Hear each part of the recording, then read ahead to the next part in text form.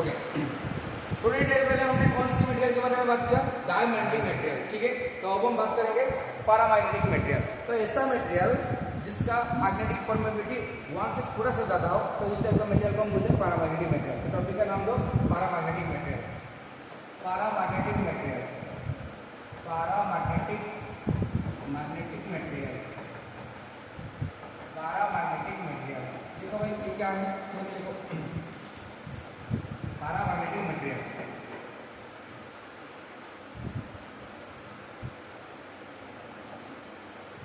The material which has permanent magnetic dipole moment, permanent magnetic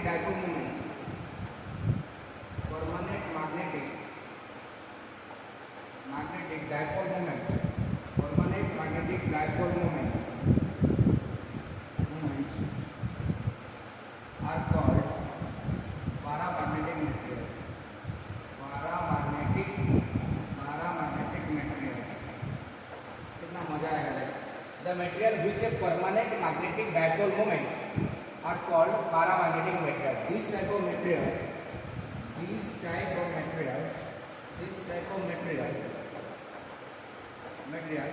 are magnetized, are weakly magnetized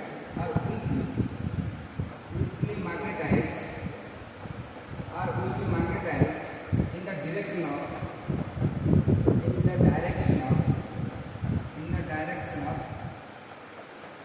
external magnetic field. अच्छा, diamagnetic material में क्या हो रहा था? जब डायमैग्नेटिक मटेरियल को एक्सटर्नल फील्ड में रखते थे तो मैग्नेटाइज तो होता है, वीकली मैग्नेटाइज होता है, लेकिन मैग्नेटिक के ऑपोजिट डायरेक्शन में मैग्नेटाइज होता था। लेकिन इस टाइप का मटेरियल को अगर हम क्या करेंगे, पैरामैग्नेटिक मटेरियल को अगर एक्सटर्नल फील्ड में रखेंगे वो भी वीकली मैग्नेटाइज होगा, लेकिन वो मैग्नेटिक फील्ड के डायरेक्शन में मैग्नेटाइज होगा। समझ आ रहा है? दैट्स व्हाई अगर मैग्नेटिक फील्ड के डायरेक्शन में मैग्नेटाइज हो रहा है तो ये मैग्नेट से अट्रैक्ट होगा। ये सर वहाँ पे रिपेल हो रहा था क्योंकि ऑपोजिट डायरेक्शन में मैग्नेटाइज हो रहा था डायमैग्नेटिक मटेरियल। तो यहाँ पे क्या होगा, पैरामैग्नेटिक मटेरियल में मैग्नेटिक फील्ड के डायरेक्शन में मैग्नेटाइज हो रहा है तो ये क्या करेगा, मैग्नेटिक फील्ड से अट्रैक्ट होगा। समझ पा रहे हो? The material which have permanent magnetic dipole moment are called a magnetic material. This type of materials are weakly magnetized in the direction of external magnetic field. जैसे कि मान लीजिए ये मेरा फील्ड क्या है, diamagnetic material, sorry paramagnetic material, ठीक है। पैरामैग्नेटिक मटेरियल ये क्या है, पैरामैग्नेटिक मटेरियल। जब भी पैरामैग्नेटिक मटेरियल को हम क्या करेंगे, एक्सटर्नल मैग्नेटिक फील्ड में रखेंगे तो ये क्या करेगा भाई, मैग्नेटाइज तो होगा, वीकली मैग्नेटाइज होगा, लेकिन मैग्नेटिक फील्ड के डायरेक्शन में मैग्नेटाइज होगा, वीकली मैग्नेटाइज होगा। सारे मैग्नेटिक फील्ड लाइंस पास नहीं करेंगे, थोड़ा बहुत मैग्नेटिक फील्ड लाइंस पास करेंगे, इसलिए वो मैग्नेटाइज होगा, थोड़ा बहुत पास करेंगे, पेनिट्रेट करते हुए मैग्नेटिक फील्ड निकल जाएंगे। लेकिन ये जो मैग्नेटाइज होगा ना, क्योंकि परमेबिलिटी अलाउ कर रहा है मैग्नेटिक फील्ड को पास करने के लिए, तो ये क्या होगा, मैग्नेटाइज तो होगा, लेकिन मैग्नेटिक फील्ड के डायरेक्शन में ही मैग्नेटाइज होगा। मतलब मैग्नेटिक फील्ड के डायरेक्शन में क्या करेगा, इंड्यूस मैग्नेटिक फील्ड को डेवलप करेगा, बी इंड्यूस। ये अगर एक्सटर्नल फील्ड होगा बी नॉट, ये इंड्यूस मैग्नेटिक फील्ड को डायरेक्शन, मतलब इंड्यूस मैग्नेटिक फील्ड डेवलप करेगा मैग्नेटिक फील्ड के डायरेक्शन। समझ में आ रहा है? अरे गेटिंग माय पॉइंट, ये वीकली मैग्नेटाइज होगा क्योंकि थोड़ा बहुत फील्ड लाइंस पास हो जाएंगे, लेकिन मैग्नेटाइज जो होगा मैग्नेटिक फील्ड की डायरेक्शन में क्या करेगा, मैग्नेटाइज होगा, यानी कि induce magnetic field external magnetic field के डायरेक्शन में ही डेवलप करेगा। समझ में आ रहा है? This material are attract by magnets. Obvious बात है, मैग्नेटिक फील्ड के डायरेक्शन में मैग्नेटाइज हो रहा है तो मैग्नेट से अट्रैक्ट होंगे। समझ पा रहे? डायमैग्नेटिक केस में रिपेल हो रहा था क्योंकि ऑपोजिट डायरेक्शन में मैग्नेटाइज हो रहा था। समझ पा रहे हो? रिलेट कर पा रहे हो कि नहीं? तो यहाँ पे क्या होगा, these materials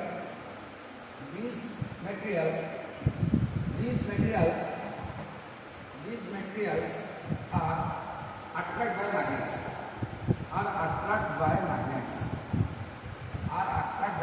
this type of material, यानी कि जो पैरामैग्नेटिक मटेरियल होते हैं वो मैग्नेट से अट्रैक्ट होते हैं क्योंकि एक्सटर्नल मैग्नेटिक फील्ड से वो मैग्नेटिक फील्ड के डायरेक्शन में ही मैग्नेटाइज होते हैं, and that's why they are attract by magnets. समझ में? जैसे कि मान लीजिए तरह कोई बार मैग्नेट है, ये तरह नॉर्थ पोल है, ये तरह साउथ पोल है, और यहाँ पे कोई पैरामैग्नेटिक सब्सटेंस को, ये क्या करेगा, ऑब्वियसली इसका मैग्नेटिक फील्ड में ये मैग्नेटाइज होगा और मैग्नेटिक फील्ड के डायरेक्शन में मैग्नेटाइज होगा, तो ये क्या करेगा, इसको अट्रैक्ट करेगा, इस डायरेक्शन में अट्रैक्ट करेगा। समझ में आ रहा है? ये क्या करेगा, पैरामैग्नेटिक मटेरियल। समझ में आ रहा है? ये क्या करेगा, मैग्नेट से अट्रैक्ट होगा। समझ में आ रहा है? अच्छा, these materials have the materials materials which have अच्छा मेरे को एक बात बताओ कि डायमैग्नेटिक मटेरियल को किसको बोलते हैं कि ऐसा मटेरियल जिनका एटम में इवन नंबर ऑफ इलेक्ट्रॉन्स होते हैं वो ज्यादातर कौन सा कैरेक्टर को शो करते हैं डायमैग्नेटिक कैरेक्टर शो करते हैं तो ऐसा मटेरियल वो भी होंगे जिनका एटम में ऑड नंबर ऑफ इलेक्ट्रॉन्स होंगे वो ज्यादातर पैरामैग्नेटिक कैरेक्टर को शो करेंगे समझ में आ रहा है ऐसे मटेरियल जिनका एटम में कौन सा इलेक्ट्रॉन होंगे ऑड नंबर ऑफ इलेक्ट्रॉन्स होंगे 8 3 7 ठीक है 9 ये क्या है ऑड नंबर है तो जिन मटेरियल के एटम में ऑड नंबर ऑफ इलेक्ट्रॉन्स होंगे वो अक्सर कौन सा कैरेक्टर शो करते हैं पैरामैग्नेटिक कैरेक्टर शो करते हैं समझ में आ रहा है the material which has odd number of electrons diamagnetic के लिए इवन नंबर ऑफ इलेक्ट्रॉन्स होगा डायमैग्नेटिक कैरेक्टर शो करेगा ऑड नंबर होगा पैरामैग्नेटिक कैरेक्टर शो करेगा समझ में आ रहा है the material which have odd number of electrons the material which atoms have odd number of electrons are basically shows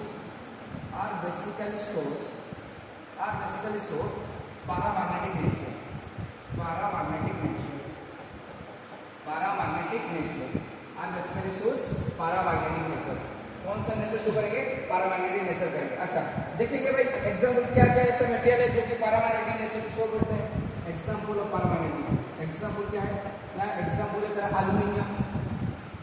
aluminium ठीक है chromium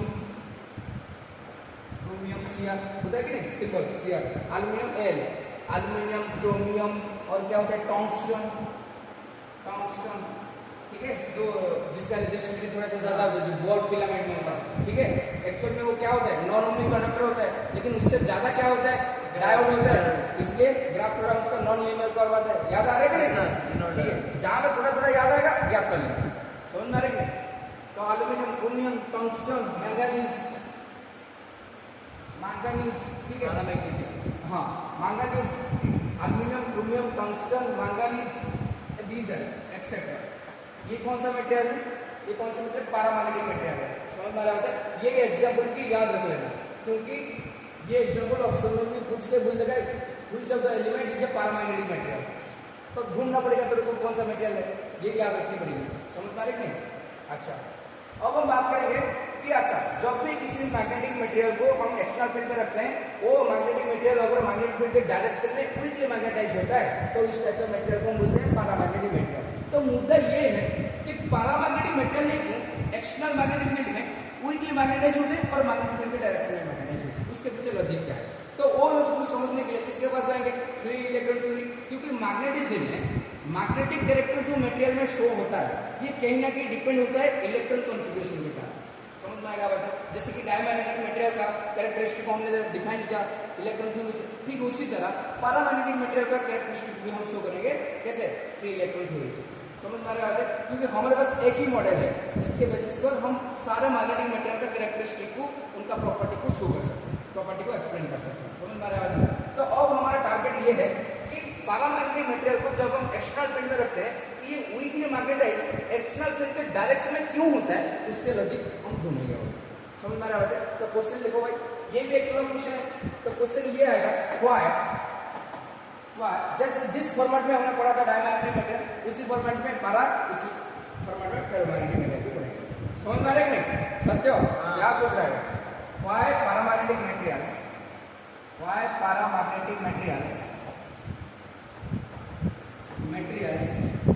are magnetized in the direction opposite to the in the direction of magnetic field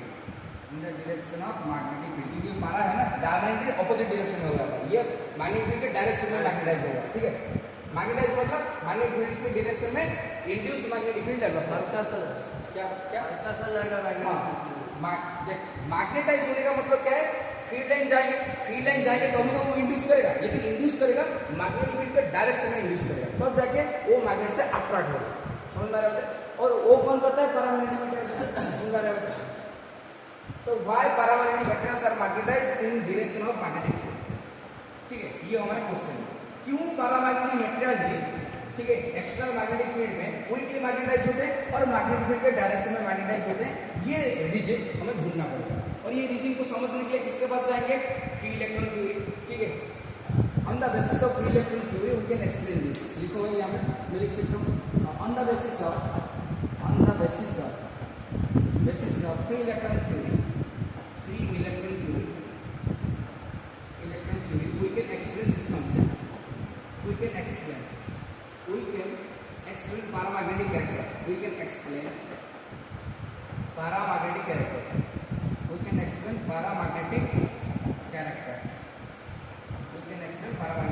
ठीक है। एक ही model है तो उसके basis पर हम क्या कर सकते हैं? पैरामैग्नेटिक मटेरियल का कैरेक्टर को हम डिस्क्राइब कर सकते हैं, एक्सप्लेन कर सकते हैं। समझ में आया आपको? अच्छा चलो एक्सप्लेन करते हैं। क्या हमें पता है कि जो पैरामैग्नेटिक मटेरियल्स होते हैं उसके एटम में ऑड नंबर ऑफ इलेक्ट्रॉन्स होते हैं। मतलब ऐसे मटेरियल जिनके एटम में ऑड नंबर ऑफ इलेक्ट्रॉन्स हो गए, अक्सर वही एटम मतलब वही जो मटेरियल्स होते हैं वो पैरामैग्नेटिक कैरेक्टर को शो करते हैं। ठीक है। डायमैग्नेटिक केस में 6 इलेक्ट्रॉन था, मतलब sorry even number of electrons. तो ऐसे मटेरियल जिनमें इवन नंबर ऑफ इलेक्ट्रॉन्स होंगे जैसे कि 4, 6, 2, तो ये कौन सा कैरेक्टर शो करेंगे? डायमैग्नेटिक कैरेक्टर शो करेंगे। ऐसा मटेरियल जिसमें ऑड नंबर ऑफ इलेक्ट्रॉन्स होंगे 1, 3, 7 इलेक्ट्रॉन्स का जितना नंबर ऑफ इलेक्ट्रॉन्स होंगे तो ये कौन सा मटेरियल का कैरेक्टर शो करेंगे? पैरामैग्नेटिक मटेरियल का कैरेक्टर को शो करेंगे। ठीक है। The magnet the material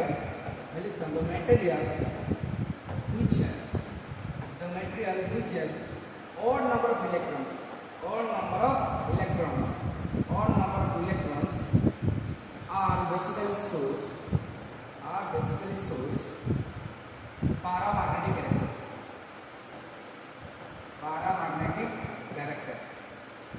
are basically shows paramagnetic character. The material which have odd number of electrons are basically shows paramagnetic character. In this material,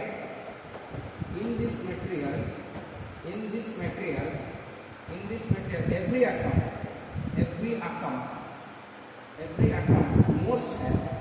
must have an unpaired electrons. Must have one electron unpaired left. In this material, every atom must have one unpaired electron left out. Must have an unpaired. In this material, every atom must have one electrons left out, which is unpaired,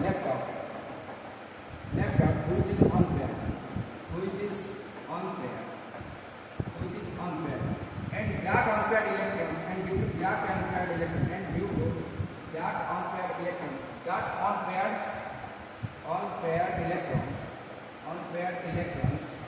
electrons, a permanent magnetic dipole moment develops. A permanent magnetic dipole moment develops.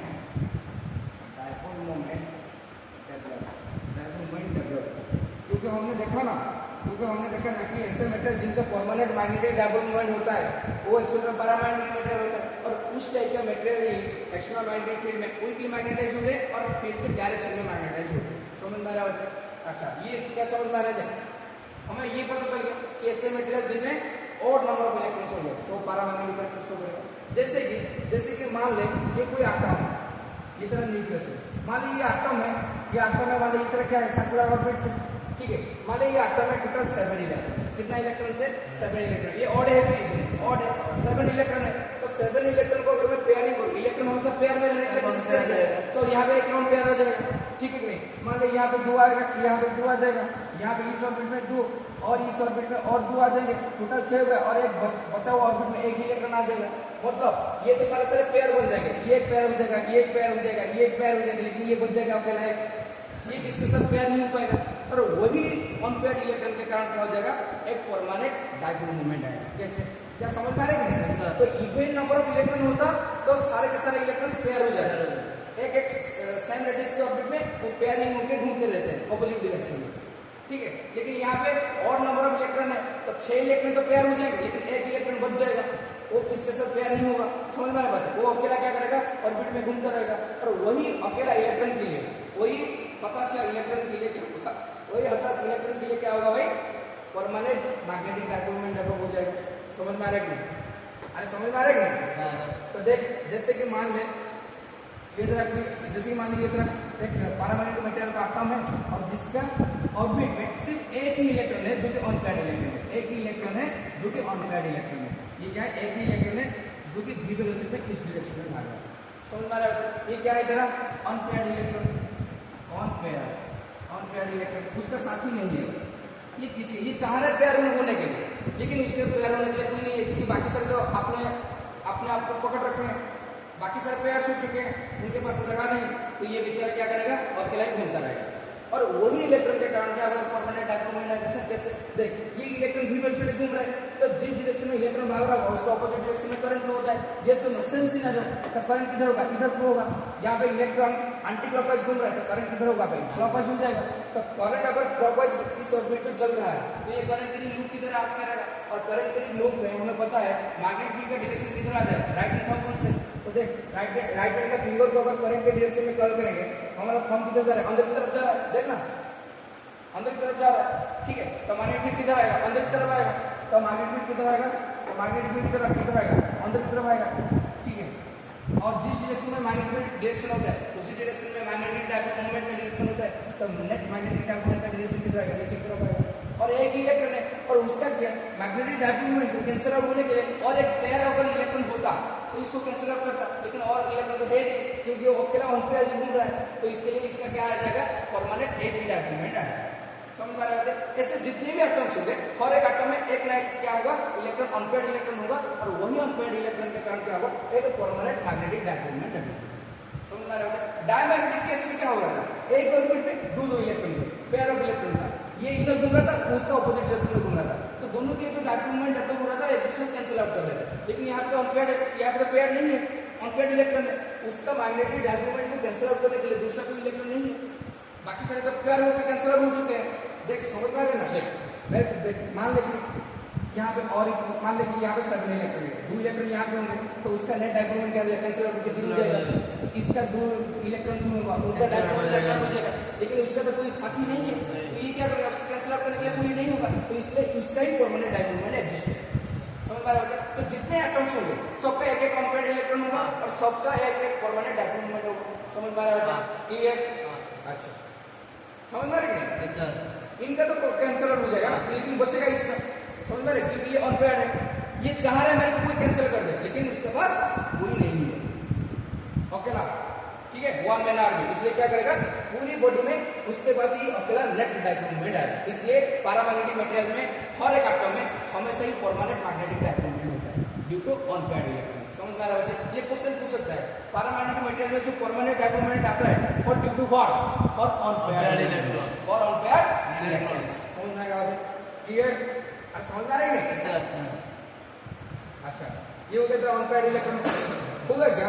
क्या in this material every atoms must have one electron left out which is unpaired, and due to that unpaired electron a permanent magnetic dipole moment develop। समझ में आया? ठीक है, permanent magnetic dipole moment develop. और ऐसे जितने भी atoms होंगे सबका परमानेंट डायपोल मोमेंट होगा। मान लें कि और एक इलेक्ट्रॉन होगा जो नीचे की तरफ घूम रहा होगा, जरूरी थोड़ी है कि सारे इलेक्ट्रॉन सेम डायरेक्शन में घूमें, नहीं, एक एटम में क्लॉकवाइज घूम रहा है, दूसरे एटम में एंटी क्लॉकवाइज घूम सकता है, तो अलग अलग डायरेक्शन में क्या आएंगे? मैग्नेटिक डायपोल मोमेंट आएंगे, ठीक है। So due to this permanent so in the absence of magnetic field, so in the absence of magnetic field, so in the absence of magnetic field, so in the absence of magnetic field, okay, all the permanent dipole moment, all the permanent magnetic dipole moments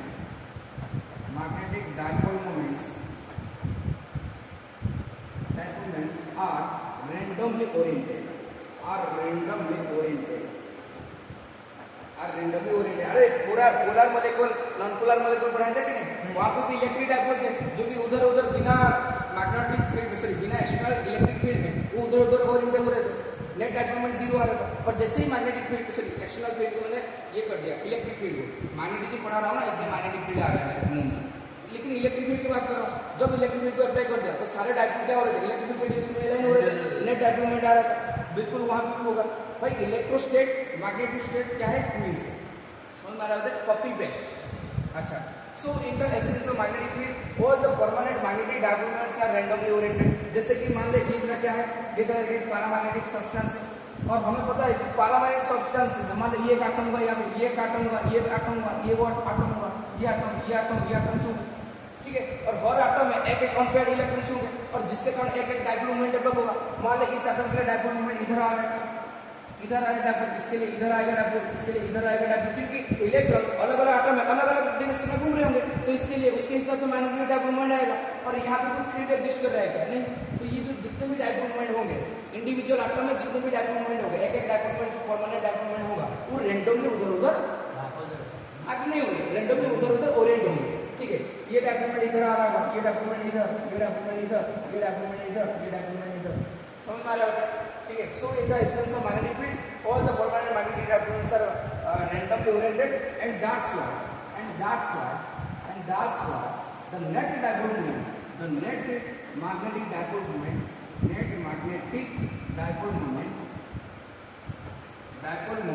cancel out each other, net magnetic dipole moment cancel out each other, and as a result net magnetic dipole moment का net magnetic dipole moment zero, net magnetic dipole moment क्या हो जाएगा? Zero हो जाएगा। Net magnetic dipole moment m net क्या हो जाएगा? Zero. In the absence of magnetic field मतलब नेट मैग्नेटिक फील्ड क्या है? क्या समझ में आ रहा है? देख यहाँ पे जब तक मैंने कोई एक्सटर्नल फील्ड अप्लाई नहीं किया तब तक ईच एटम में इंडिविजुअल क्या हो जाएगा? परमानेंट डाइपोल मोमेंट डेवलप होगा अनपेयर्ड इलेक्ट्रॉन के लिए। वो क्या करेंगे? अलग अलग डायरेक्शन में रैंडमली ओरिएंट होंगे। देख एक डाइपोल मोमेंट इधर जा रहा है, एक डाइपोल मोमेंट इधर जा रहा है, ऑपोजिट डायरेक्शन में। देख ये इधर आ रहा है, ये इधर आ रहा है। सारे जो डाइपोल मोमेंट है उनका रैंडम ओरिएंटेशन के कारण उनका नेट डाइपोल मोमेंट कितना हो जाएगा? जीरो। क्योंकि ये डाइपोल मोमेंट अगर इधर जा रहा है, कोई डाइपोल मोमेंट होगा जो ऑपोजिट डायरेक्शन में आ रहा होगा। जैसे कि ये डाइपोल मोमेंट इधर आ रहा है, एक डाइपोल मोमेंट इधर जा रहा है, ठीक है कि नहीं? तो ये किसी क्या करेंगे? कैंसिल आउट करेंगे, तो पूरा मटेरियल में जो नेट डाइपोल मोमेंट आएगा वो कितना आएगा? जीरो। क्योंकि सारे इंडिविजुअल डाइपोल मोमेंट का रैंडम ओरिएंटेशन के कारण उनका जो क्या होगा? कैंसिल आउट हो जाएंगे। क्योंकि मैग्नीट्यूड सेम है, डायरेक्शन वगैरह ऑपोजिट होगा, कैंसिल आउट हो जाएगा। तो नेट डाइपोल मोमेंट क्या हो जाएगा? जीरो। तो मतलब जब तक कोई एक्सटर्नल फील्ड ना लगा तब तक ये जो इंडिविजुअल एटम में जो मैग्नेटिक डाइपोल मोमेंट डेवलप हो चुके हैं अनपेयर्ड इलेक्ट्रॉन के कारण, वो ऑपोजिट डायरेक्शन में अलाइनमेंट होने के कारण, रैंडम डायरेक्शन में ओरिएंट होने के कारण कैंसिल आउट होकर नेट डाइपोल मोमेंट क्या करेंगे? जीरो। ठीक है। तो इसका मतलब हम बोल सकते हैं net magnetic dipole moment zero, one magnetic field zero. तो इसका मतलब क्या हुआ कि बिना मैग्नेटिक फील्ड में पैरामैग्नेटिक मटेरियल को मैग्नेटिक इक्वेशन शो नहीं करेगा। अब डाइपोल मोमेंट नहीं आ रहा है, magnetic dipole moment, magnetic field कहां से आएगा? और वो मैग्नेटाइज कैसे भी होगा ही नहीं। समझ में आ रहा है? तो बिना मैग्नेटिक फील्ड में मैग्नेटिक जो पैरामैग्नेटिक मटेरियल मैग्नेटिक नेचर को शो नहीं करता। That's why that means paramagnetic substance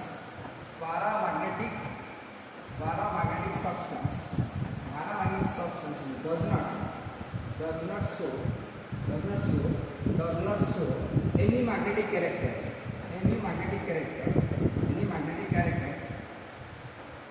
in the absence of what? In the absence of magnetic field. समझ में आ रहा है?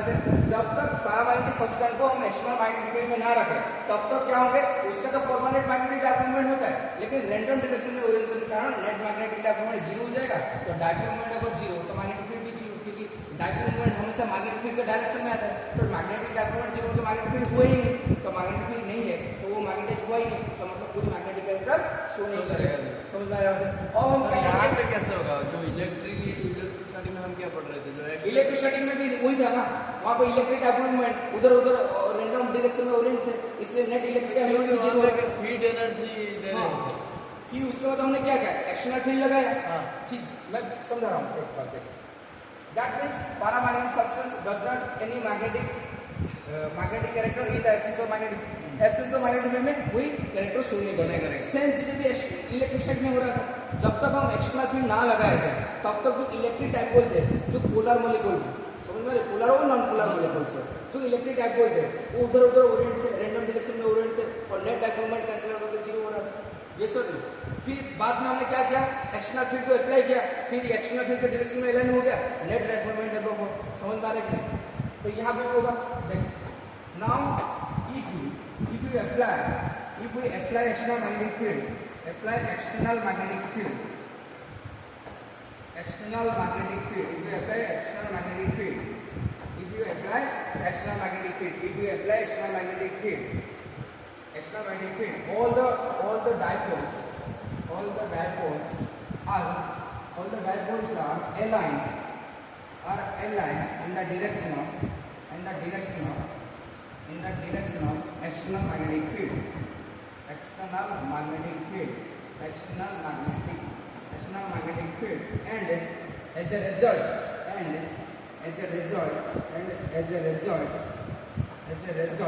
net magnetic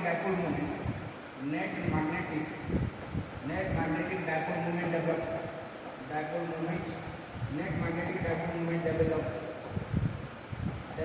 in the direction of field, in the direction of field, net magnetic dipole moment in the direction of field, and that is the strong verification, and that is the strong evidence that paramagnetic materials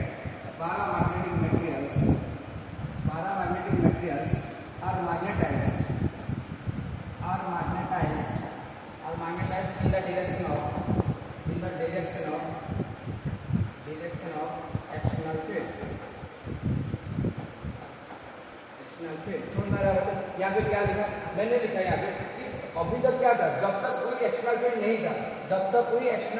नहीं था, मतलब B external 0 था, external magnetic field हम apply नहीं किए थे, तब तक ई चैप्टर में जो अनपेड इलेक्ट्रॉन के कारण जो परमानेंट मैग्नेटिक डायपोल डेवलप हो रहा था वो रैंडम डायरेक्शन में ओरिएंटेड थे, इसलिए उनका नेट डायपोल क्या हो रहा था 0, तो कोई मैग्नेटिक प्रॉपर्टी शो नहीं कर रहा था। अब हम क्या करेंगे, एक्सटर्नल मैग्नेटिक फील्ड को अप्लाई करेंगे। अगर हम एक्सटर्नल मैग्नेटिक फील्ड में अप्लाई करेंगे होगा क्या, देख अगर मैं एक्सटर्नल, जैसे कि मान लीजिए इधर क्या है, पारामैग्नेटिक मटेरियल है, ठीक है, और पहले क्या था, रैंडम डायरेक्शन में ओरिएंट था, एक डायपोल मोमेंट ऐसे था, एक डायपोल मोमेंट ऐसे था, एक डायपोल मोमेंट ऐसे था, एक डायपोल मोमेंट ऐसे था, एक डायपोल मोमेंट ऐसे, एक डायपोल मोमेंट ऐसे, रैंडम डायरेक्शन में ओरिएंट। जो डायपोल मोमेंट होते हैं ये भी जो जब होते हैं, जो ये क्या थर्मल एनर्जी का यूज करते हैं, थर्मल एनर्जी टेम्परेचर इफेक्ट पूरा मदद कर सकता हूँ। हाँ, थर्मल एनर्जी यूज करते हैं, थर्मल एनर्जी के कारण तो रैंडम डायरेक्शन में ओरिएंट होते हैं। हाँ, वहाँ पे भी सही सेम होता है, इलेक्ट्रोस्टेट वहाँ पे जो रैंडम डायरेक्शन में ओरिएंट होते हैं तो उनको एनर्जी कहाँ से मिलता है, थर्मल एनर्जी से, टेम्परेचर से मिल रहा होगा, ठीक है कि नहीं? Are you getting my point? फिर पूरा होगा, देख तो that is the strong evidence that देख, हाँ यहाँ पे देख, जैसे कि मान लीजिए तरह क्या है, पारामैग्नेटिक मटेरियल है और पहले से रैंडम डायरेक्शन में ओरिएंट है, अब मैं क्या करूँगा, एक्स्ट्रा मैग्नेटिक, जैसे ये तरह एटम्स है, देख ये तरह क्या है, जैसे ये तरह एटम्स है, ये तरह एटम्स है, ये एटम्स है, ये एटम्स है, ये एटम्स है, और ये चैप्टर में जो अनपेड इलेक्ट्रॉन के कारण जो रैंडम डायरेक्शन में यहाँ पे इलेक्ट्रॉन यहाँ पे ओरिएंट थे, ठीक है कि नहीं? ऐसे थे कि नहीं? डायपोल मोमेंट ऐसे ओरिएंट थे रैंडम डायरेक्शन में, तो इसलिए नेट डायपोल मोमेंट टेंसर होकर 0 हो रहा था। और मैं क्या करूँगा, एक्स्ट्रा मैग्नेटिक फील्ड को अप्लाई करूँगा। जैसे ही मैं एक्स्ट्रा मैग्नेटिक फील्ड को अप्लाई करूँगा, तो होगा क्या, देखिए जो डायपोल है, मैग्नेटिक डायपोल, क्या बार मैग्नेट की तरह काम नहीं करेगा, क्या बार मैग्नेट में एक डायपोल की तरह बिहेव करते हैं? तो देख, जैसे कि ये तरह कोई बार मैग्नेट है, ये तरह है नॉर्थ पोल, ये तरह साउथ पोल, और डायपोल मोमेंट हमेशा साउथ से नॉर्थ पोल की तरफ होता है कि नहीं? तो ये बार मैग्नेट की तरह बिहेव करेंगे, और जब भी बार मैग्नेट को एक्स्ट्रा फील्ड में रखते हैं इसके ऊपर टॉर्क लगता है कि नहीं? ये सर टॉर्क लगता है कि नहीं? तो ये सारे के सारे डायपोल जब एक्स्ट्रा फील्ड के इन्फ्लुएंस में आ जाएगा, जैसे कि मान लीजिए तरफ magnetic field, extra magnetic field है P0, तो उसके इन्फ्लुएंस में आ गया, इसके ऊपर टॉर्क लगेगा, क्योंकि ये सारे क्या है, डायपोल मोमेंट तो है, टीनी बार मैग्नेट की तरह तो बिहेव करेंगे, तो ये ऐसे, तो ये ऐसे लाइन हो जाएगा, ये ऐसे लाइन हो जाएगा, क्योंकि मैग्नेटिक फील्ड हमेशा चाहेगा कि जो मैग्नेटिक डायपोल मोमेंट को अपना डायरेक्शन में अलाइन करने के लिए टॉर्क लगाएगा। समझ पा रहे कि नहीं? ये सर, तो ये जो ऐसे है तो ये ऐसे लाइन हो जाएगा, ये जो ऐसे है इस डायरेक्शन में लाइन है, ये ऐसे लाइन हो जाएगा। तो सारे डायपोल मोमेंट जो रैंडम डायरेक्शन में ओरिएंट है, तो एक्स्ट्रा मैग्नेटिक फील्ड के कारण उसके ऊपर टॉर्क लगेगा, घूर्णन होगा, तो इसलिए क्या करेंगे, सारे रोटेट होते हुए क्या करेंगे, मैग्नेटिक फील्ड के डायरेक्शन में अलाइनमेंट हो जाएगा, सारे मैग्नेटिक फील्ड के डायरेक्शन में क्या हो जाएंगे, अलाइनमेंट हो जाएगा, मतलब ऐसे बन जाएगा फिगर, सारे मैग्नेटिक फील्ड के डायरेक्शन में क्या हो जाएंगे, अलाइन हो जाएंगे, सारे मैग्नेटिक फील्ड के डायरेक्शन में क्या हो जाएगा भाई, सारे मैग्नेटिक फील्ड के डायरेक्शन में क्या हो जाएगा, अलाइन हो जाएगा, ऐसे सारे मैग्नेटिक फील्ड के डायरेक्शन में अलाइन हो जाएगा। समझ आ रहा है? सारे मैग्नेटिक फील्ड के डायरेक्शन में अलाइन हो जाएगा। और और ये क्यों एलाइन हो रहे हैं? ड्यू टू टॉर्क, क्योंकि एक्सटर्नल फील्ड के कारण ये जो डायपोल मोमेंट के ऊपर टॉर्क लगेगा, और ये टॉर्क हमेशा चाहता है डायपोल मोमेंट को अपना मैग्नेटिक फील्ड के डायरेक्शन में एलाइन करने के लिए। ठीक है, ये सारे के सारे अनस्टेबल इक्विलिब्रियम में थे, तो उनको स्टेबल इक्विलिब्रियम में लाने के लिए टॉर्क लगेगा, तो उसको घुमा देगा। समझ पा रहे हैं? अबे पढ़ाया था बार मैग्नेट को, टॉर्क हमें बार मैग्नेट पढ़ाया था कि नहीं? पढ़ाया था कि नहीं? bm cos theta, sorry bm sin theta, ठीक है कि नहीं? b cross m, torque equal to b cross m, पढ़ाया था कि नहीं? तो यहाँ क्या है, टॉर्क लगेगा जिसके कारण सारे magnetic dipole moment magnetic field के डायरेक्शन में अलाइन हो जाएंगे। ठीक है, तो यहाँ पे क्या लिखा है, वही चीज तो मैंने यहाँ पे लिखा, when we apply external magnetic field, all the dipoles are aligned in the direction external magnetic field direction of external magnetic field, and as a result net magnetic dipole moment developed in the direction of field। देख सारे के सारे magnetic dipole moment का direction same हो जाएगा नहीं, तो सारे मैग्नेटिक डायपोल मोमेंट को अगर हम जोड़ देंगे, नेट डायपोल मोमेंट किधर आएगा? नेट डायपोल मोमेंट का रिजल्टेंट डायपोल मोमेंट किधर आएगा? रिजल्टेंट डायपोल मोमेंट क्या मैग्नेटिक के डायरेक्शन में नहीं है? क्या रिजल्टेंट डायपोल मोमेंट मैग्नेटिक के डायरेक्शन में नहीं है? ये तरह मुझे resultant magnetic dipole moment individual dipole moment को जोड़ दूंगा तो नेट डायपोल मोमेंट आएगा, और नेट डायपोल मोमेंट किधर आएगा? मैग्नेटिक के डायरेक्शन में। और इसलिए क्या होता है, इसमें क्या होता है ना, पैरामैग्नेटिक मटेरियल क्या करता है ना, मैग्नेटिक फील्ड के डायरेक्शन में ही मैग्नेटाइज होता है, और इंड्यूस मैग्नेटिक फील्ड को मैग्नेटिक फील्ड के डायरेक्शन में डेवलप करता है, और that's why magnetic dipole moment magnetic field के डायरेक्शन में डेवलप होगा। समझ आ रहा है? समझ गए? And that is the strong evidence that paramagnetic materials are magnetized in the direction of external field. क्या एक्सटर्नल फील्ड में वो मैग्नेटाइज नहीं हो रहा है? देख नेट मैग्नेटिक डायपोल मोमेंट इधर आ रहा है, अगर नेट मैग्नेटिक डायपोल मोमेंट इधर आ रहा है तो हम बोल सकते हैं बी इंड्यूस भी इधर आएगा, इंड्यूस मैग्नेटिक फील्ड भी इधर आएगा। समझ आ रहा है? समझ रहे हैं? तो ये जो डायपोल मोमेंट डेवलप हुआ, this dipole moment the develop type the net dipole is also called the net dipole moment, the net dipole moment also called induced dipole moment, induced dipole moment, induced dipole moment। क्यों? क्योंकि external field के कारण ये सारे जो individual dipole moment जो पहले से रैंडम डायरेक्शन में ओरिएंट थे, वो क्या हो गए? फील्ड की डायरेक्शन में अलाइन हो गए। ठीक है नहीं, जिसके कारण तो उनका नेट डायपोल मोमेंट आ गया।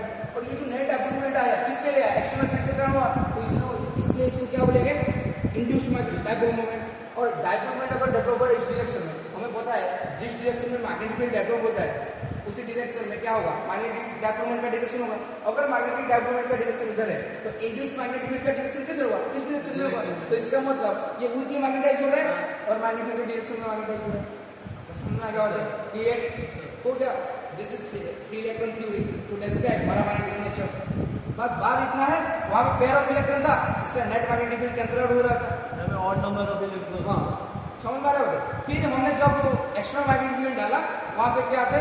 वहां पे पेयर ऑफ इलेक्ट्रॉन जो थे उनका जो रिवॉल्यूशन के कारण उनके ऊपर फोर्स अलग तरीके से लग रहा था, सेंट्रीफ्यूगल फोर्स, दूसरे के ऊपर सेंट्रीफ्यूगल फोर्स, जिसके कारण उसका घूर्णन ज्यादा हो रहा था, मतलब रिवॉल्यूशन ज्यादा हो रहा था, तो इसलिए उसका वेलोसिटी बढ़ रहा था, दूसरा का वेलोसिटी घट रहा था, और इसलिए net dipole moment external field के अपोजिट डायरेक्शन में आ रहा था, और हम बोल लेते हैं ये डायमैग्नेटिक मटेरियल है क्योंकि मैग्नेटिक फील्ड के अपोजिट डायरेक्शन में मैग्नेटाइज है। लेकिन यहाँ पे अनपेयर्ड इलेक्ट्रॉन है क्योंकि ऑड नंबर ऑफ इलेक्ट्रॉन्स है, तो बाकी सारे तो पेयर होकर कैंसिल आउट हो जाएंगे, लेकिन एक बच जाएगा। और वही अनपेयर्ड इलेक्ट्रॉन के कारण क्या होगा? परमानेंट डायपोल मोमेंट आएगा।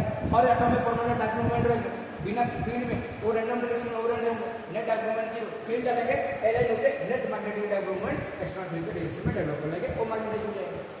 समझ में आ रहा है? Yes sir. क्या इजी लग रहा है, डिफिकल्ट लग रहा है? पूरा क्रिस्टल क्लियर समझ में आ रहा है ना? बच्चों को ये डिफिकल्ट लगता है, बच्चों को ये डिफिकल्ट लगता है। फ्री इलेक्ट्रॉन थ्योरी समझ नहीं आ रहा है, पूरा क्रिस्टल नंबर होगा वो पास करने के लिए बस। क्या समझ में आ रहा है? अच्छा, अब हम देखेंगे टेम्परेचर इफेक्ट। तेरे बात बोल रहा था, टेम्परेचर से क्या होगा? Effect of temperature, effect of temperature, effect of temperature क्या होगा? Effect of temperature, effect of temperature क्या होगा? देख होगा क्या ना, जब भी हमने मैग्नेटिक फील्ड में रखेंगे तो ये एक्सटर्नल मैग्नेटिक फील्ड के कारण उसके ऊपर टॉर्क लगेगा, वो सारे के सारे एक्सटर्नल फील्ड के डायरेक्शन में अलाइन हो गए। मान लें उसको हम हीट करेंगे, ठीक है, पैरामैग्नेटिक मटेरियल को हम हीट करेंगे, टेम्परेचर बढ़ाएंगे। अगर टेम्परेचर बढ़ेंगे तो इलेक्ट्रॉन जो अनपेयर्ड इलेक्ट्रॉन है उसका काइनेटिक एनर्जी बढ़ जाएगा, वो ज्यादा तेजी से घूमेगा, उसका मैग्नेटिक मूवमेंट मैग्नेटिक डायपोल और स्ट्रॉन्ग हो जाएगा। तो जैसे ही हम टेम्परेचर बढ़ाएंगे ना, क्या होगा? ये जो मैग्नेटिक डायपोल मूवमेंट जो फील्ड के डायरेक्शन में अलाइन हो रहे हैं, वो क्या करेंगे ना, वो चाहेंगे रैंडम डायरेक्शन में ओरिएंट होने के लिए, क्योंकि उतना एनर्जी हो जाएगा, मैग्नेटिक फील्ड टॉर्क लगा के भी उसको उनके डायरेक्शन में अलाइन नहीं कर पाएगा। मान लीजिए टेम्परेचर बढ़ाया और टेम्परेचर बढ़ाया और टेम्परेचर बढ़ाया और टेम्परेचर बढ़ाया और टेम्परेचर बढ़ाया, इतना टेम्परेचर बढ़ा दूं कि इनका डायपोल मोमेंट का मैग्नीट्यूड इतना बढ़ जाएगा, क्योंकि टेम्परेचर बढ़ाने से क्या होगा, इलेक्ट्रॉन और ज्यादा तेजी से घूमेगा, क्योंकि उसके ऊपर थर्मल एनर्जी मिल जाएगी। थर्मल एनर्जी में ज्यादा तेजी से घूमेगा, ज्यादा तेज से करंट डेवलप होगा, करंट डेवलप होगा तो मैग्नेटिक डेवलप होगा, मैग्नेटिक ज्यादा मैग्नीट्यूड का मैग्नेटिक डायपोल मोमेंट भी डेवलप हो जाएगा। वो इतना स्ट्रॉन्ग हो जाएंगे कि मैग्नेटिक फील्ड चाह कर भी उनको टॉर्क लगा के घुमा नहीं सकता। वो क्या करेंगे, डिस्टर्ब हो जाएंगे उधर उधर, फिर से मैग्नेटिक फील्ड होते हुए भी वो उधर उधर क्या करेंगे, रैंडम डायरेक्शन में ओरिएंटेड हो जाएंगे। ठीक है, ड्यू टू हाई टेम्परेचर और due to high thermal energy. तो इसमें क्या होगा, अगर मैग्नेटिक फील्ड के डायरेक्शन में वो अलाइनमेंट नहीं होंगे और रैंडम डायरेक्शन में ओरिएंट हो जाएंगे तो डायपोल मोमेंट क्या हो जाएगा, एक दूसरे का कैंसिल आउट करने लगेंगे, मैग्नेटाइजेशन घटेगा, तो मैग्नेटिक फील्ड क्या होगा, धीरे धीरे घट जाएगा और मैग्नेटाइजेशन क्या होगा, घट जाएगा। समझ में आ रहा है कि नहीं, मैग्नेटिक इफेक्ट क्या हो जाएगा, घटेगा, क्योंकि वो रैंडम डायरेक्शन में ओरिएंट हो रहा है ना।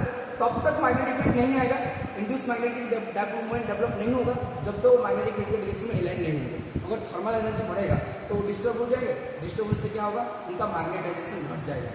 ठीक है, वो जो मैग्नेटाइज हो रहे थे मैग्नेटिक फील्ड के डायरेक्शन में वो और नहीं होंगे, धीरे धीरे उनका मैग्नेटाइजेशन घट जाएगा।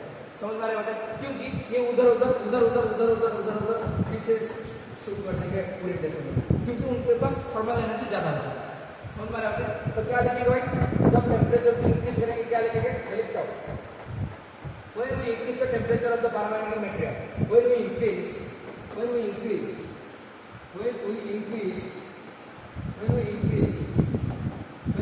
the temperature of paramagnetic material,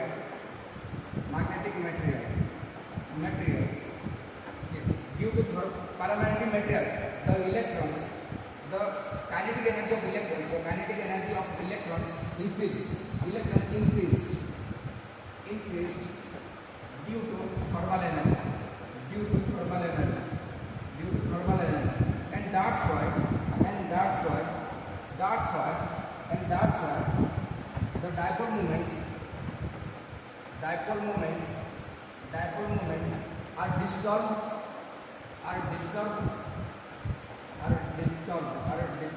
Dipole moment perturbed, ये थोड़ा सा लॉजिकल लैंग्वेज होगा। डायपोल मोमेंट परटर्ब मतलब डिस्टर्ब होना। ठीक है, परटर्बेशन मतलब क्या होता है, डिस्टर्ब। ठीक है, and that's why the dipole moments are perturbed and try to orient in random direction in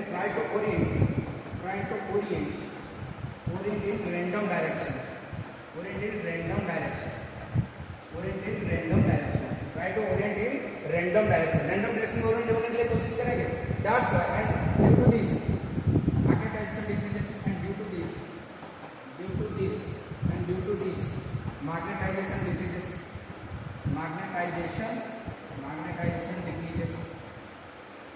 Due to this magnetization decreases, अगर random direction में ओरिएंट होंगे, मैग्नेटिक फील्ड के डायरेक्शन में अलाइनमेंट नहीं होगा तो उसका मैग्नेटाइजेशन कैसे होगा, मैग्नेटाइजेशन होगा ही नहीं, क्योंकि नेट डायपोल मोमेंट कैंसिल होने के लिए कोशिश करेंगे एक दूसरे को, तो मैग्नेटाइजेशन क्या होगा, धीरे धीरे बढ़ जाएगा।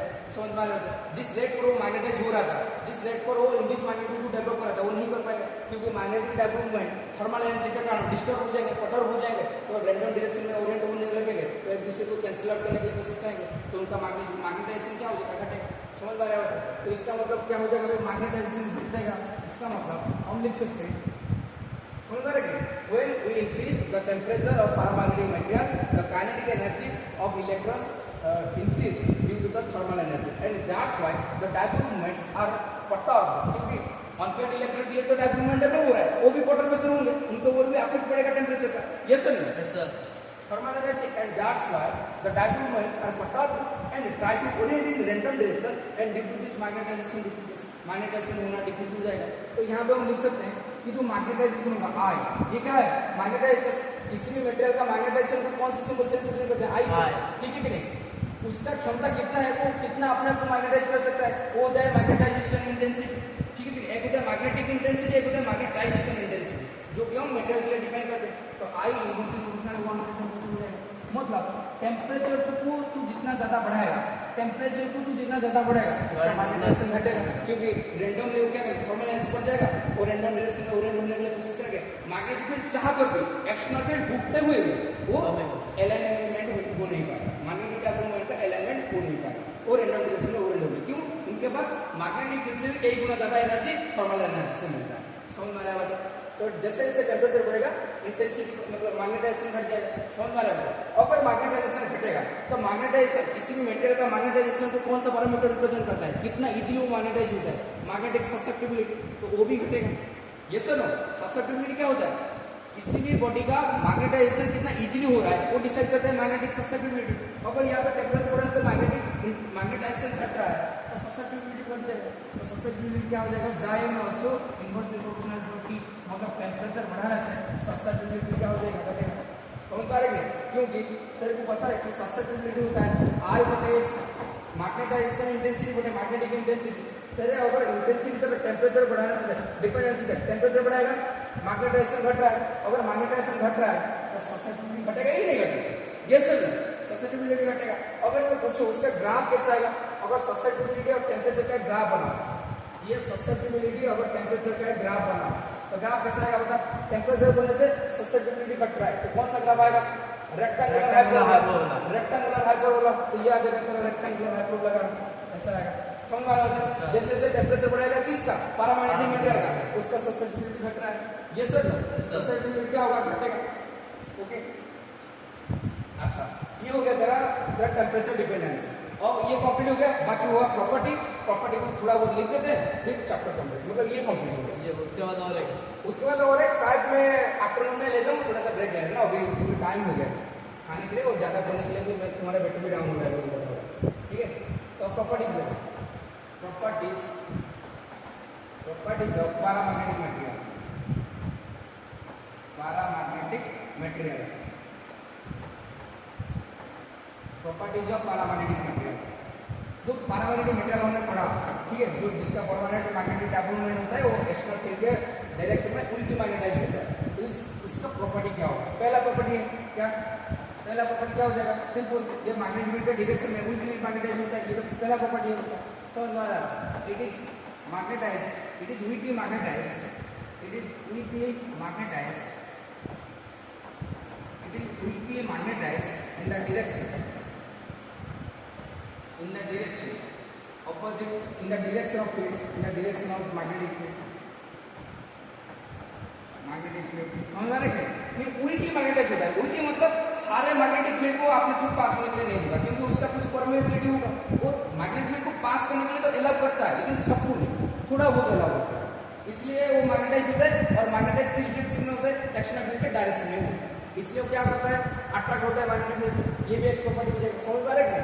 It is weakly magnetized in the direction of magnetic field. दूसरा, it is attract by magnet, क्योंकि मैग्नेटिक फील्ड के डायरेक्शन में मैग्नेटाइज हो रहा है, अट्रैक्ट होगा, लेकिन वीकली अट्रैक्ट, जैसे अट्रैक्ट होगा वीकली मैग्नेटाइज हो रहा है।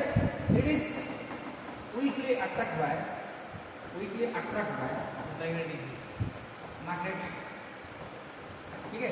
It is weakly attract by magnet. जैसे इस तरह ये कोई मैग्नेट होगा, इस तरह कोई नॉर्थ पोल साउथ पोल, और यहाँ पर कोई पैरामैग्नेटिक मटेरियल है, ये क्या करेगा भाई? ये तो मैग्नेटाइज होगा, लेकिन वीकली होगा, थोड़ा बहुत अट्रैक्ट होगा, वीकली अट्रैक्ट। समझ में आ रहा है? ठीक है।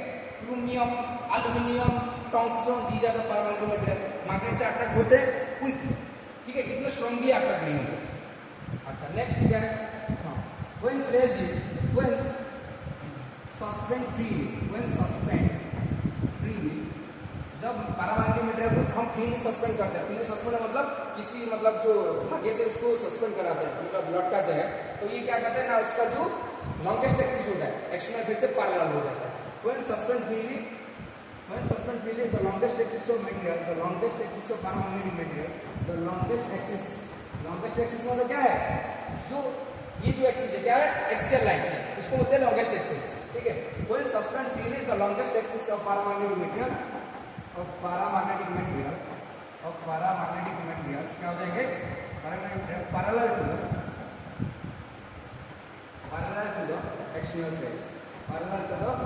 एक्सटर्नल फील्ड, एक्सटर्नल फील्ड के डायरेक्शन में पैरेलल हो जाता है। जैसे कि मान ले ये तो कोई मैग्नेट है, ये तरह नॉर्थ पोल हो गया, ये तरह एक साउथ पोल होगा, ठीक है, ठीक है, ये तो मैग्नेट है और उनके बीच में हमें पता है कि मैग्नेटिक फील्ड लाइन जो होता है नॉर्थ साउथ पोल की तरफ होता है, ये सर ना, ठीक है। तो जब भी किसी मैग्नेट को हम क्या करेंगे, पैरामैग्नेटिक मटेरियल को हम क्या करेंगे, सस्पेंड करेंगे, तो उसका जो लॉन्गेस्ट एक्सिस होगा वो मैग्नेट फील्ड के डायरेक्शन में पैरेलल हो जाएगा, ये तरह उसका जो लॉन्गेस्ट एक्सिस होगा, उसका जो लॉन्गेस्ट एक्सिस होगा, हाँ, उसका जो लॉन्गेस्ट एक्सिस होगा वो मैग्नेट फील्ड के डायरेक्शन में पैरेलल हो जाएगा, मैग्नेट फील्ड के डायरेक्शन में क्या हो जाएगा, पैरेलल हो जाएगा। ये तरह लॉन्गेस्ट एक्सिस है कि नहीं, तो ये मैग्नेट फील्ड के डायरेक्शन में पैरेलल हो जाएगा। अगर तो ऐसे भी रखेगा वो ऐसे हो जाएगा, ऐसे रखेगा ऐसे हो जाएगा, ठीक है। तो जैसे भी जिस डायरेक्शन में दूर जिस ओरिएंटेशन में रहा, तो ये क्या करेगा, अगर ये पैरामैग्नेटिक मटेरियल होगा वो मैग्नेट फील्ड के डायरेक्शन में क्या हो रहा है, उसका जो लॉन्गेस्ट एक्सिस हो जाएगा वो एलाइन हो जाएगा। क्यों? क्योंकि वो मैग्नेट फील्ड के डायरेक्शन में मैग्नेटाइज हो जाएगा, है कि नहीं, मैग्नेट फील्ड के डायरेक्शन में मैग्नेटाइज हो जाएगा, इसलिए उसका लॉन्गेस्ट वो चाहेगा मैग्नेट फील्ड के डायरेक्शन में ओरिएंट हो जाएगा। समझ पा रहे हैं बेटा? ये सर। अच्छा next, when paramagnetic material always paramagnetic material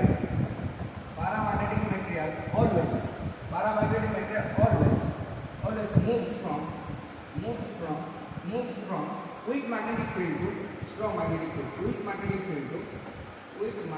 field to strong magnetic field, strong magnetic field। अच्छा, डायमैग्नेटिक केस में क्या था कि डायमैग्नेटिक मटेरियल जो होता है वो स्ट्रॉन्ग मैग्नेटिक फील्ड से वीक मैग्नेटिक फील्ड की तरफ मूव करता है, और यहाँ क्या हुआ, उल्टा हुआ। यहाँ पे पैरामैग्नेटिक मटेरियल ये तो चुंबक से अट्रैक्ट होता है, ठीक है कि नहीं, चुंबक के क्षेत्र से अट्रैक्ट होता है, तो ये क्या करेगा, स्ट्रॉन्ग वीक मैग्नेटिक फील्ड जहाँ पे होगा वहां से वो स्ट्रॉन्ग मैग्नेटिक फील्ड की तरफ अट्रैक्ट होते हुए चला जाएगा। समझ पा रहे हो? जैसे कि मान लीजिए ये तरह कोई क्या है, ये तरह कोई नॉर्थ पोल है पैरामैग्नेटिक का, और ये तरह साउथ पोल है। जब तो दो पोल को तो बिल्कुल पास रखेगा तो दोनों के बीच में ये गैप है, यहाँ पे मैग्नेट फील्ड स्ट्रॉन्ग हो जाएगा। समझ पा रहे हैं? ये स्ट्रॉन्ग हो जाएगा, स्ट्रॉन्ग मैग्नेटिक फील्ड, ठीक है, strong magnetic field as compare to pole. जब भी तो दो पैरामैग्नेट को बिल्कुल नजदीक रखता है ना, तो उनके बीच में जो गैप होता है, स्पेस होता है, वहां पे जो मैग्नेटिक फील्ड डेवलप होता है उनके पोल के कंपैरिजन में ज्यादा स्ट्रॉन्ग होता है, क्योंकि यहाँ पे मैग्नेटिक फील्ड एडअप हो जाता है ड्यू टू क्लोज लूप्स। समझ में आ रहा है? यहाँ पे मैग्नेटिक फील्ड स्ट्रॉन्ग हो जाएगा। अगर तुमने यहाँ पे एक मतलब तरह से यहाँ पे क्या करूंगा भाई, कुछ पैरामैग्नेटिक मटेरियल को यहाँ पे सब्सटेंस को रखूंगा, क्या होगा भाई, ये पैरामैग्नेटिक मटेरियल क्या करेंगे ना, वीक मैग्नेटिक फील्ड से स्ट्रॉन्ग मैग्नेटिक फील्ड की तरफ आ जाएगा। वीक मैग्नेटिक फील्ड कहाँ पे, नॉर्थ पोल में। यहाँ पे ये तरह क्या है, weak magnetic field region, magnetic field, क्योंकि दोनों पोल में मैग्नेटिक फील्ड वीक हो जाएगा as compare to this space, यहाँ पे स्ट्रॉन्ग होगा, तो सारे के सारे एक्युमुलेट होकर यहाँ पे आ जाएंगे, सारे के सारे एक्युमुलेट हो जाएंगे, कहाँ आ जाएंगे, ऐसे हो जाएंगे सारे के सारे, एक सेकेंड, सारे के सारे एक्युमुलेट होकर यहाँ आ जाएंगे, ठीक है, सारे के सारे एक्युमुलेट कहाँ आ जाएंगे, वीक मैग्नेटिक फील्ड से छूटते हुए हाई मैग्नेटिक फील्ड की तरफ वो आके एक्युमुलेट हो जाएंगे। मतलब सारे के सारे जो मतलब मैग्नेटिक मटेरियल्स होंगे, पैरामैग्नेटिक मटेरियल्स, वो आके कहाँ पे एक्युमुलेट हो जाएंगे, वो आके कहाँ पे एक्युमुलेट हो जाएंगे, वो आके यहाँ पे एक्युमुलेट हो जाएंगे। समझ वाले ना होते, वो आके यहाँ, क्योंकि इस बीच में ही, इस बीच वाले रीजन में ही तो मैग्नेटिक फील्ड स्ट्रॉन्ग है, तो सारे के सारे यहाँ पे एक्युमुलेट हो जाएंगे। पहले यहाँ पे थे ऐसे मतलब डिस्ट्रीब्यूटेड होते थे, लेकिन यहाँ पे स्ट्रॉन्ग मैग्नेटिक फील्ड के कारण क्या हो जाएगी, तो अट्रैक्ट होते हुए कहाँ पे आ जाएंगे, यहाँ पे एक्युमुलेट हो जाएंगे, ठीक है। पोल में यहाँ पे स्ट्रेंथ कम है, इसलिए पोल से वो अट्रैक्ट होते हुए स्ट्रॉन्ग मैग्नेटिक फील्ड की तरफ एक्युमुलेट हो जाएंगे। समझ में आ रहा है? ये प्रॉपर्टी हो गया। अच्छा नेक्स्ट प्रॉपर्टी क्या है, when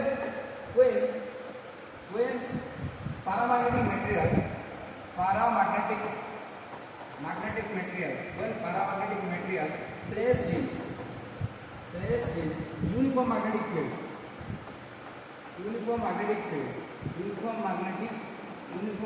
field, all the field lines, it allows all the field lines to pass freely. It allows magnetic field lines,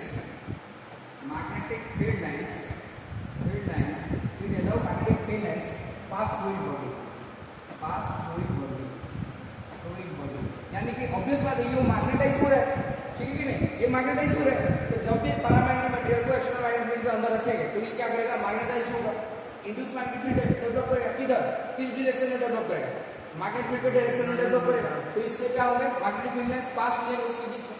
समझ में आ रहा है कि ठीक है, जब भी पैरामैग्नेटिक मटेरियल को एक्सटर्नल मैग्नेटिक फील्ड में रखते हैं तो ये क्या करता है, मैग्नेटाइज हो जाता है, ठीक है, और किस डायरेक्शन में, एक्सटर्नल फील्ड के डायरेक्शन में मैग्नेटाइज होते हैं, इसलिए नंबर ऑफ फील्ड लाइंस क्या होंगे, उसके पेनिट्रेट करते हुए बाहर निकल जाएंगे, ठीक है।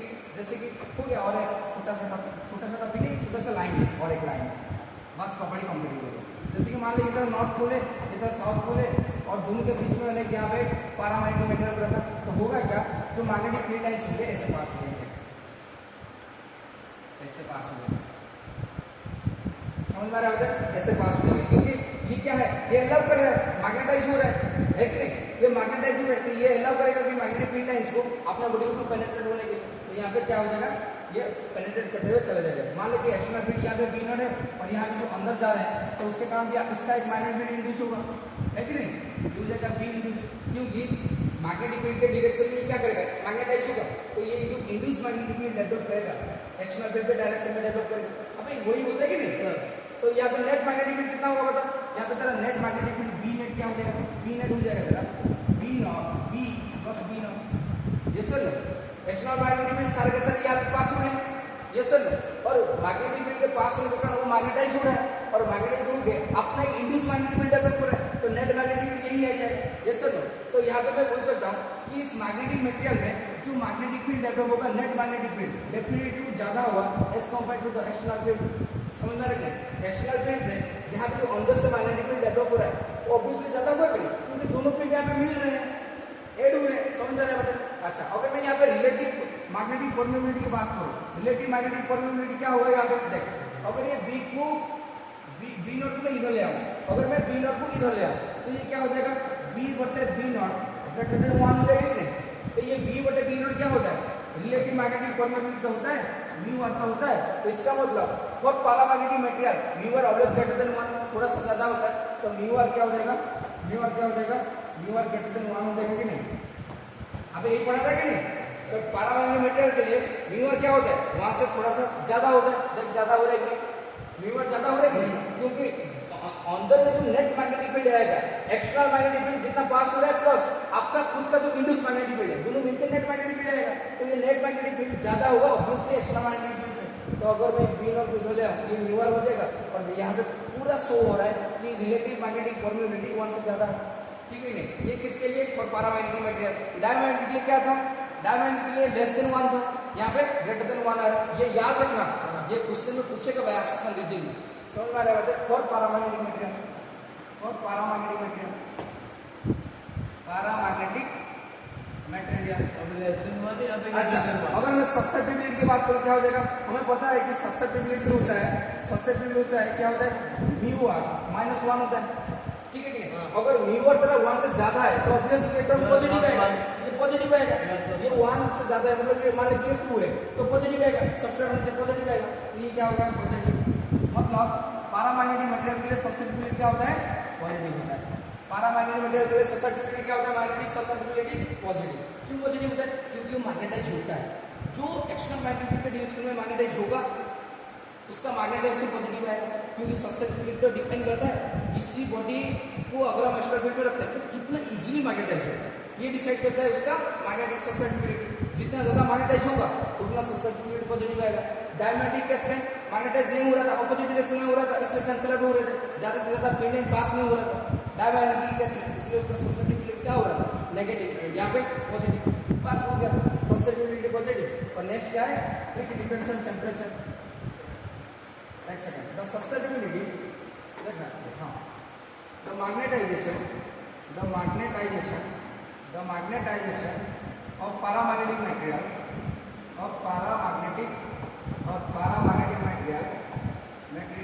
inversely proportional to the temperature,